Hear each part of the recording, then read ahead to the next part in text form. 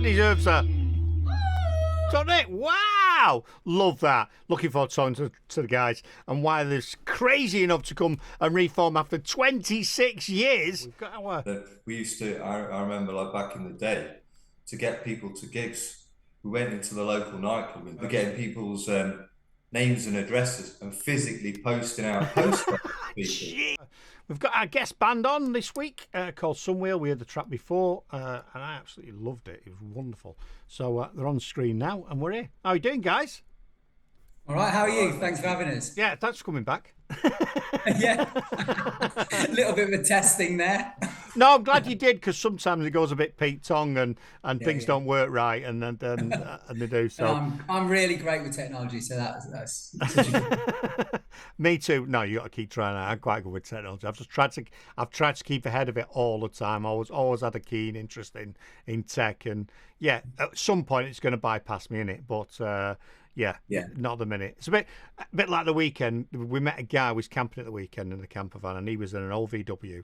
He was 80, and we were showing him pictures of our bikes and other bits and bobs. So he went to his camper van. He didn't bring a phone out. He brought photographs. Here's my other car. Here's this, and it was like great. So that was his technology. It was that is literally me. Yeah. I love it. Introduce yourselves anyway. Yeah, I'm Andy from Sunwheel. Yeah, and I'm Mark. I'm the singer of Sunwheel. Brilliant. We listened to your track a couple of tracks ago. Well, just before that one, absolutely loved it. That's for me, and he says various people in it, but cast. I really got cast in some of the vocals and some of the track. I thought it was awesome. That. So we're definitely not going to complain about that. No, I wouldn't either. It could be worse, couldn't it? So you've formed 26 years. Oh, sorry, you've had a 26-year hiatus, haven't you? And for our stupid listeners, that's a break. People, they've had a break for 26 years. We were exhausted. The 90s exhausted us, you see, so we thought we'd better leave it for a few decades. I think it exhausted a few people. I went to Holland in 1999, and 1999 was a bit of a blur for some unknown reason. I don't know why. I lived and worked over there. Worked hard, but we partied hard as well, man. It was. I felt like I was in an indie band.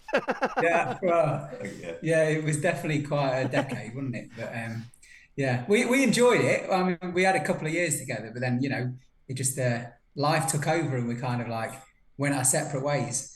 Unfortunately, but that's just the way it is.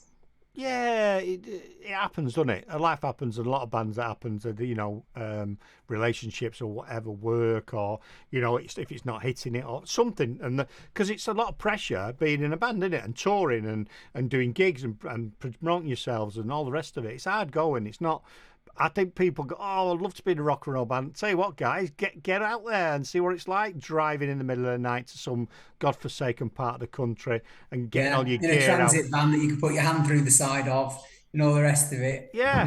And I think a lot of it was kind of like it was exhausting, but like you'd have kind of your highs and lows, and like nowadays, here we are on radio with you on the internet. Of course, the internet wasn't around then, and it was very much a case of posters in music shops and advertising. It was hard work. It's a slog, and like enjoyable, but a slog.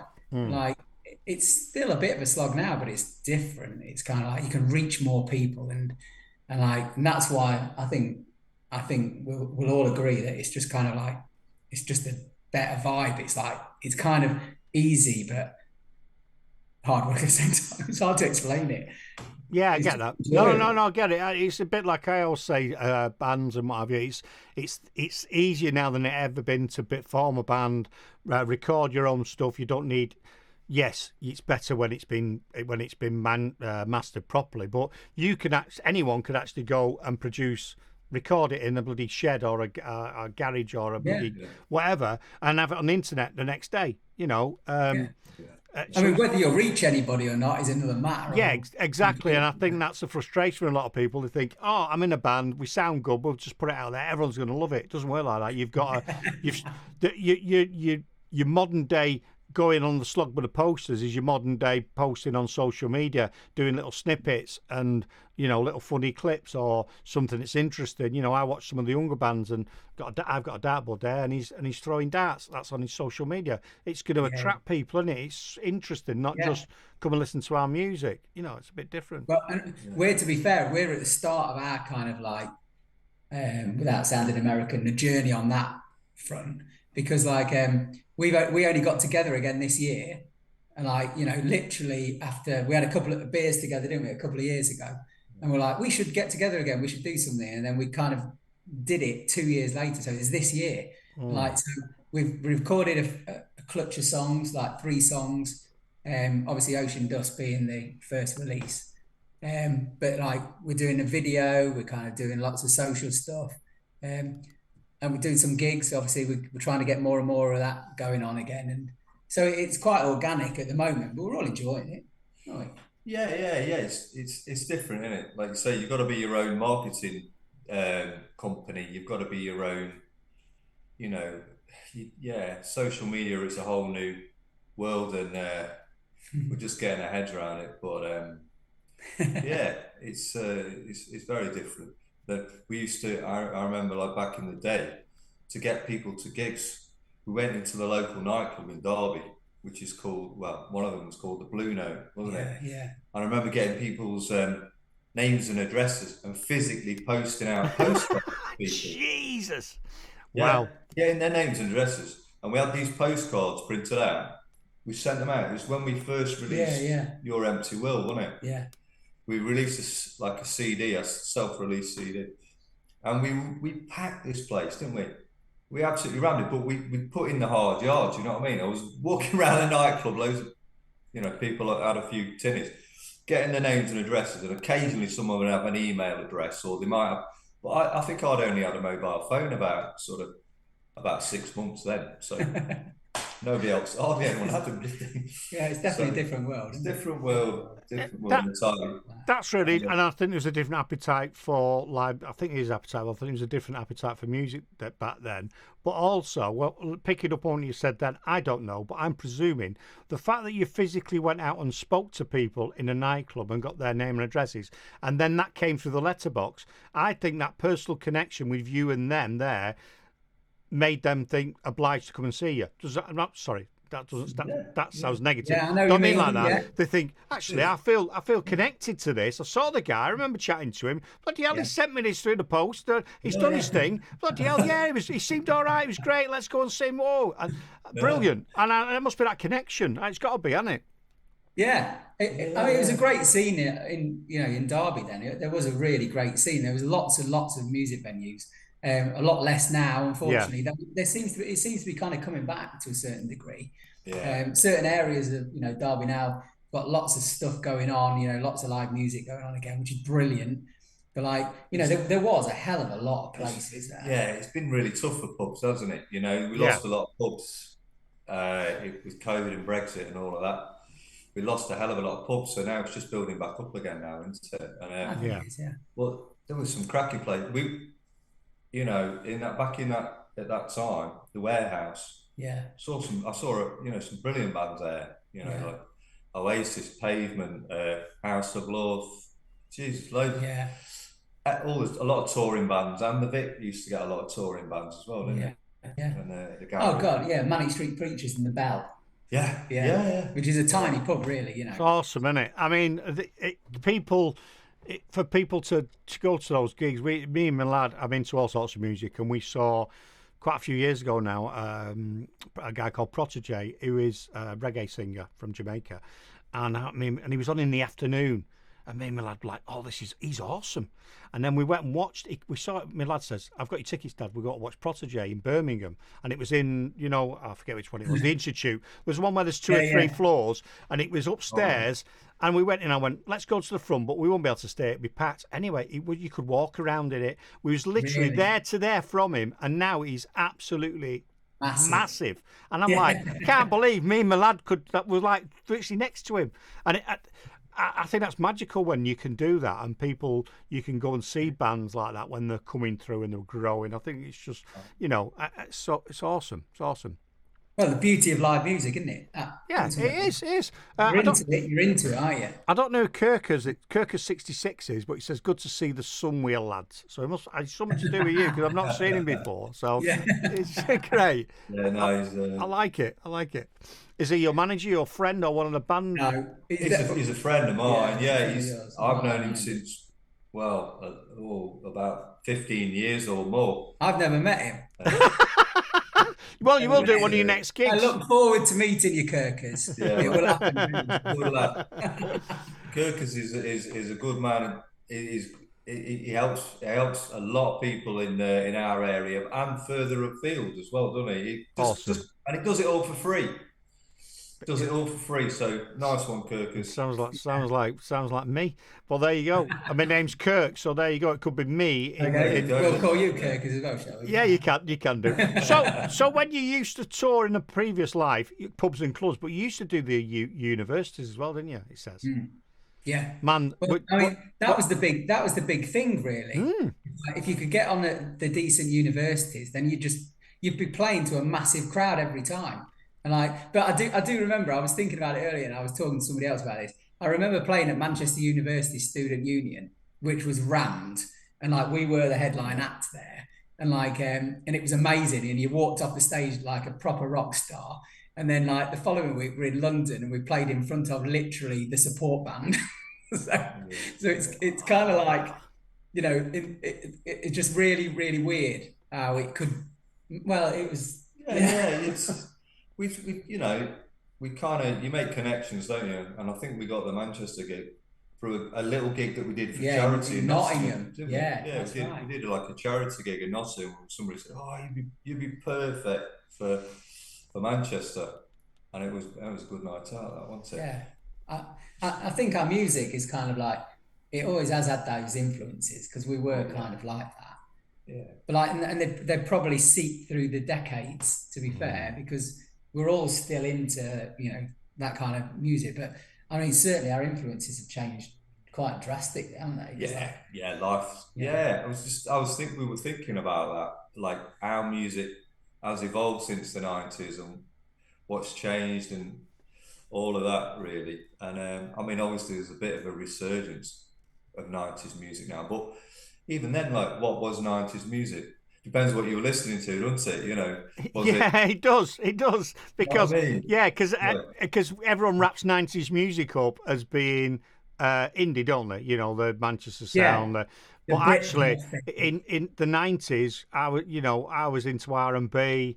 Do you know what I mean? Reggae. I was listening to that in the 90s as well as that. So why is that not the 90s? But I think it's just I think it took everyone, didn't it? Because it was sort of a mini Brit pop was, and then indie was sort of the 90s punk era, wasn't it? I think that's what that was, and it's amazing that now there's bands. I mean, Marseille from Derby as well, lovely young band. Yeah, great band. It's nice to see them influenced by what you guys, because although what you guys did, you are part of that influence of the modern guys, the 16, 17, 18-year-old guys, don't they? They always quote, Oasis and this, that, and the other. But actually, you were part of that. You were producing that sound, so you are part of that new generation's music. You're part of their influences. Well, it's funny because we played a gig not that long back, and we had loads of. I don't want to disparage them, but call them kids. But I call them like the kids in the Adidas who all turned up, to watch us. And they're the kids who are kind of like, they were 20 years old now or whatever, but they're into that sound, they're into that kind of music. And so I'm unashamedly influenced by the 90s. And I don't care about saying that, Yeah. And it was a cool decade. It was a cool era, and we had a great time. And some of our new music doesn't sound quite like that, but But even the older, say just in the genre of indie music, in the early 90s you had grunge, and then even while Britpop, what was Britpop? I mean, you one end of the spectrum, you've got your Blur and Oasis, but then you've also got Radiohead Well, and yeah, and Lush, bands like Lush, they Lush tried and to whack into shoegaze. Britpop. I mean, look, Yeah, you know what I mean? It's yeah. like, I know, you it's know, mad. And I put a playlist on the other week on Spotify and asked for rock, and me and my wife were sat there for an hour listening to it, and I went, I've not heard one rock track yet. Not heard no. one rock track. And it was like, what is this? Who's put this together? It's can't stop. None of it was rock. It was really No. bizarre stuff. Anyway, Well, I don't. didn't Noel Gallagher say something about that? Was it 1975 won the best rock act at the Brits or something? Was that a couple of years ago? And he's like, 1975 rock? I don't think so. I know. He's very vocal, and I love him. I love him for it. Yeah, I he think is. it's absolutely wonderful. I have got a couple of questions. Kicker says, sorry, Kirkus. I should know it. Kirkus66 says, "What band are the lads listening to right now? What are you into?" I'm listening to Wonder Horse at the moment, to be fair. I really like that band. Not seen them live yet, but hopefully soon. Cool. Yeah. Yeah. Is yours from 1973 by any chance? Is he? He must be your Eddie King. He probably still listening to, oh, there's no great music anymore. It's all got to be Thin Lizzy. It's only Thin Lizzy. Go on. Anyway, I'm taking the piss now. I'm quite eclectic. I go back I have delved back in time, gone back to all the nugget stuff from the garage bands and all that. But to be honest, I am listening. I'm trying to listen to like more contemporary music at the minute. I'm trying because I've got we both got we both got children that are like in their late teens, early 20s, haven't we? So they throw, I get. Well, it's my daughter who introduced me to Wonder Horse. To be fair. Yeah. So but who I had on today, I must admit, I went back in time today. I had the Charlatans on Telling Stories album. Brilliant. I've often got not very far from a bit of Radiohead or The Verve, and but I like loads of stuff. The Beatles, Love. Oh yeah, I was going to say I could slot you right back into 1968 to 75, and you would fit right in, mate. I tell you, I could see it now. You'd fit right in there. And our lead guitarist Bobby, I mean, he's big into his American bands like. I suppose the Eagles and everything. He loves the Eagles. Americana. But Creedence Clearwater. Seen the Eagles, awesome. That sort of, yeah, so there's all sorts of influences. Amazing.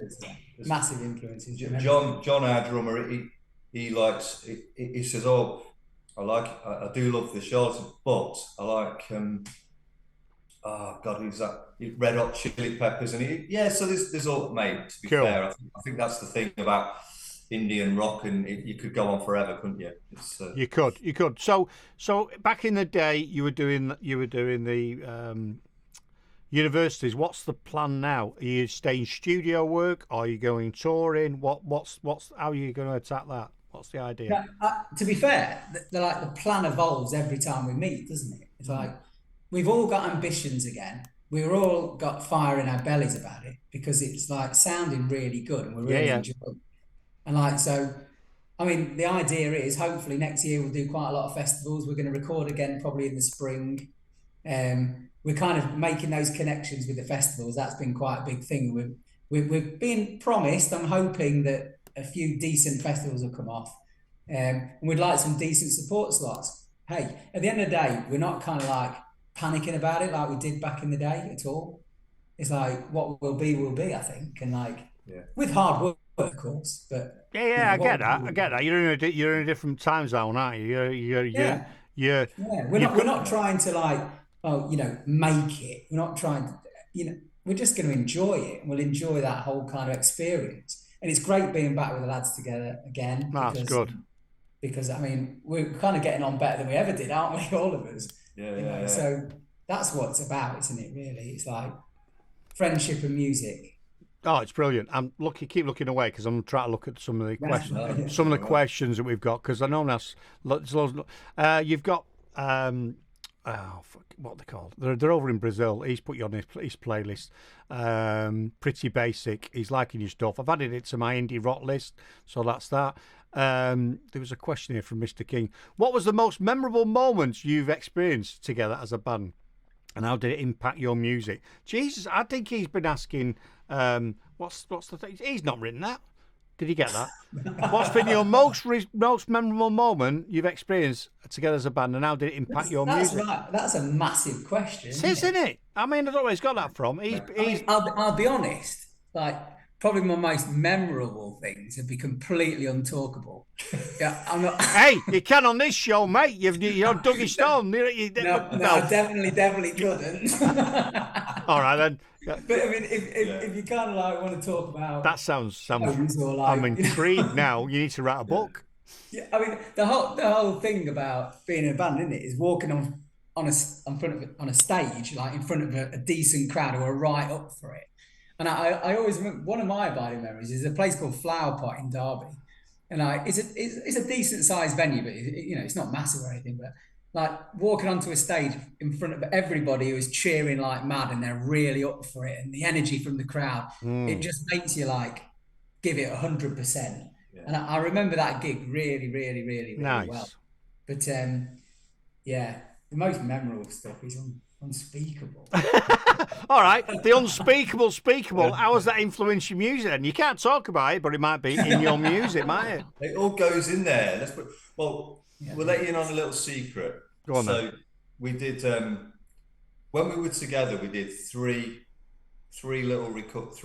recordings. Each had 3 songs on. Right. Mm-hmm. First one was on a tape. That was before Mark joined.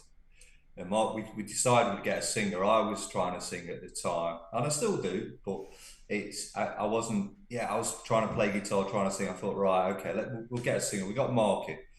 We put a song out. We put a CD out, didn't we? The one we mentioned called "Your Empty Will," and we put 2 other songs on it, and that did okay. Then another one, we went back, and it was going to be. We'd progressed that much. Our style, we'd all improved as musicians, everything. We did this recording and we lost all the tapes of it, pretty much. Now, our manager at the time actually had a load of tape. We were playing at Derby Assembly Rooms, and he had a massive box of tape to sell. And then he got very drunk and lost them all. So we the reason we put them on tape because we were all skint. We were skint at the time, weren't we? So instead of like, and it was nearly £2,000 to get a CD. 500 copies of the CD at the time. It was 1.5 or 2,000 quid. Tape we could get for 600 quid. So we published it on tape. We lost a lot. Well, we've been searching for it for 2 years, and Mark found it. Mark found it in his shed. He found one copy in his shed, didn't you? Yeah. And we listened back to it last week, and yeah, it's really kind of it's quality recorded, really good quality. The songs are quite eclectic, aren't they? Quite diverse, quite. Yeah. And, right. So, I mean that I remember like recording that at the time. Then I remember like losing them tapes and being gutted. Then we broke up, and like we've all kind of gone around for like 20 odd years going, I wonder what we sounded like. Yeah, I wonder what we sounded like. Do you know what? Do you know what? That is an absolutely amazing story. And I think on your social media, you should tell that little snippets about that. And I think you should play some of that tape on social media. I think that's a lovely story that people can buy into, because I'm with you on that journey going, I've lost all this stuff, we were skint. That's a brilliant story. You've got to get, if you've not got it out there already, that needs to... It's funny because one of the songs, and we're playing like in a live set now, and the lyrics, Andy's rewritten the lyrics because we couldn't remember the lyrics. We've changed the arrangement. I couldn't remember the full arrangement. I've just got some scratch demos left to go off. I've got a CD of scratch demos that of some of the songs, not all, but some of them, didn't I? And that's what that's how we've reformed. But we've actually moved back to the old lyrics because they were so like hard hitting. Brilliant. Going, Brilliant. Wow, can't believe this. Yeah. Awesome. Well, let's go back to that. So it's epic, really. You know what I mean? And the fact that we all still live in, we could have all moved to different parts of the world, couldn't we? But we kind of scattered for a while, but then we've all come back, I think. Yeah. So, Brilliant. But you, I'll you, have to get you, that. you definitely need to talk about that. And I love little snippets and all mixing this up now. That'd be perfect for social media, little reels or TikTok. That'd be fantastic. I love that.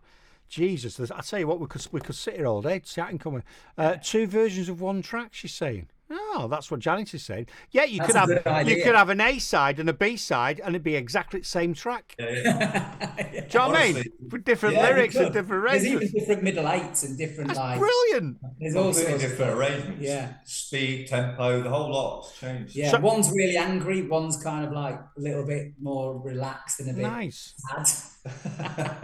I like it. I mean, I think what we need to do, everyone needs to post on social media. I mean, we know Oasis have reformed, but I think the fact that Sunwheel have reformed is even more pivotal than that. Do you know what I mean? Do you know what I mean? That's going to be one of my tweets later, or one of my exes. So I don't want That's cool. to. I don't want to sort of like drop a bombshell or anything. But where do you think they got the idea from? I think you're right.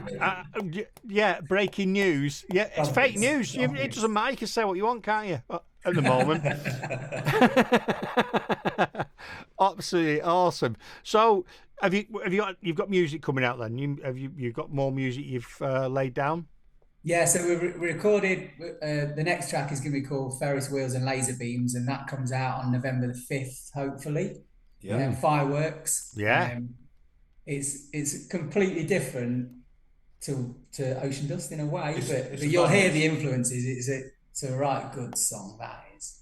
It's a brand new song, and yeah, I jotted some lyrics down one Saturday morning, sent them over to Bobby, the lead guitarist, and I think by a week later, he just turned up in the rehearsal space, It's just a tremendous song. yeah, it's an anthemic, I'd say. Yeah, And, definitely.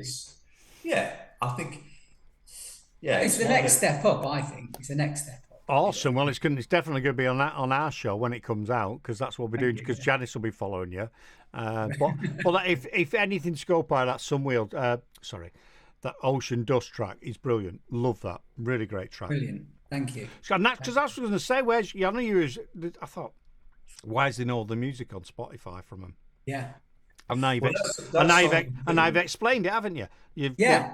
I mean, literally, Spotify wasn't around the first time. Yeah. So like whacking it onto something platform as massive as Spotify has been it's been really cool, hasn't it? It's like it's just completely different. But That's one we've had to read. Ocean Dust was an old song. It was one of our first Original songs as a band, yeah. And we've kind of came up with a better arrangement of it, and it's just we simplified it a bit, and it sounds good now. Yeah. We love playing it now, didn't we? we do, yeah. It's an opener. It's an opener. Yeah. Excellent.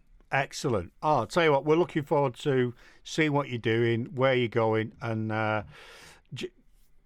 keep in touch with us, because when we do these, we have people on, we have them on regular, you know what I mean? We have them on if they've got new stuff going on or whatever's happening. We'd like to keep in contact with you and find out what your progress is and where you get going. Yeah, that'd be cool. Yeah, really appreciate it. Yeah. Really appreciate Yeah, it. absolutely wonderful. You need to get hold of Marseille and get on with them, because they're actually smashing it at the minute.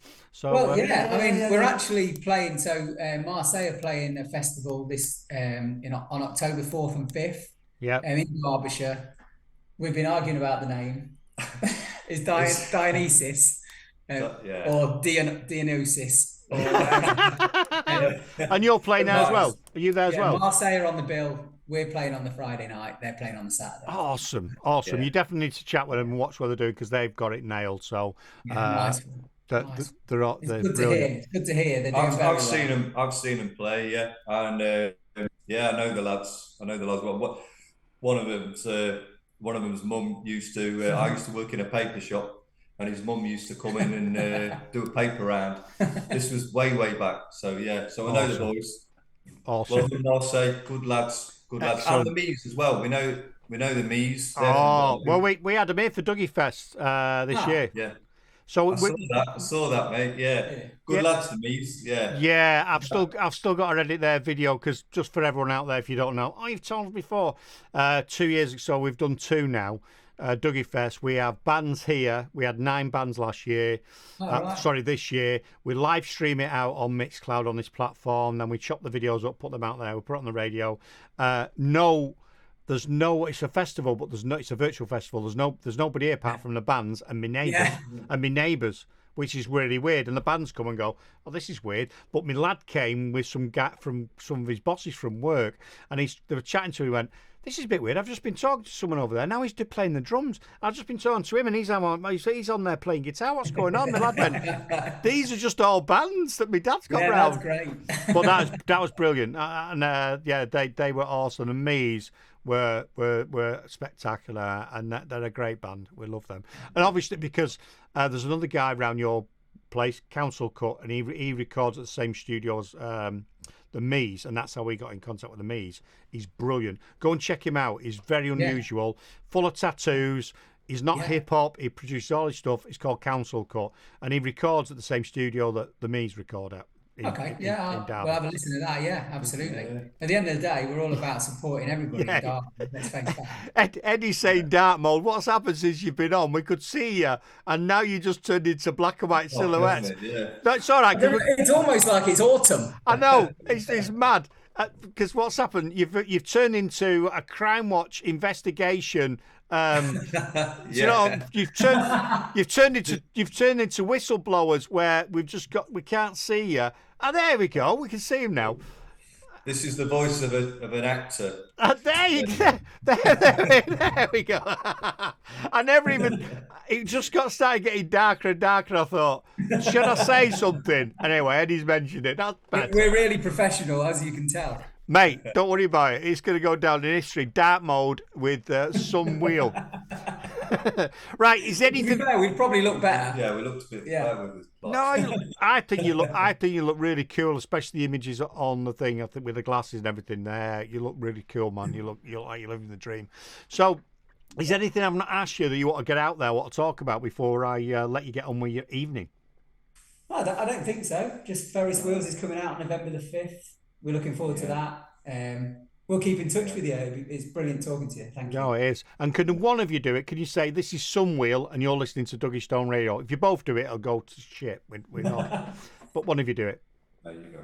This is Sunwheel. This is Dougie Stone Radio. Thank you. It's been absolute pleasure to chat to you. Thanks for sending us your, producing your music. And I think there's I could talk to you for ages because I know there's loads of stories. There's lots going on. You're dead easy to interview. Really likeable lads, guys, and I think you're absolutely wonderful. So absolutely brilliant. Thanks, man. Pleasure to meet you. Pleasure to meet you. No worries. No doubt. Yeah, keep in touch. Right, we're gonna let you get on with your evening, and we're gonna switch over and carry on with the players. But that was brilliant, lads. That was brilliant. Yeah, man. That was Sunwheel. Thanks a lot. Speak to you soon. When they kill, lads. When they kill. Loved it. I mean, that was over half an hour interview. Normally, we used to keep these to 5, 10, 15 minutes. They've become longer and longer, haven't they? Anyway,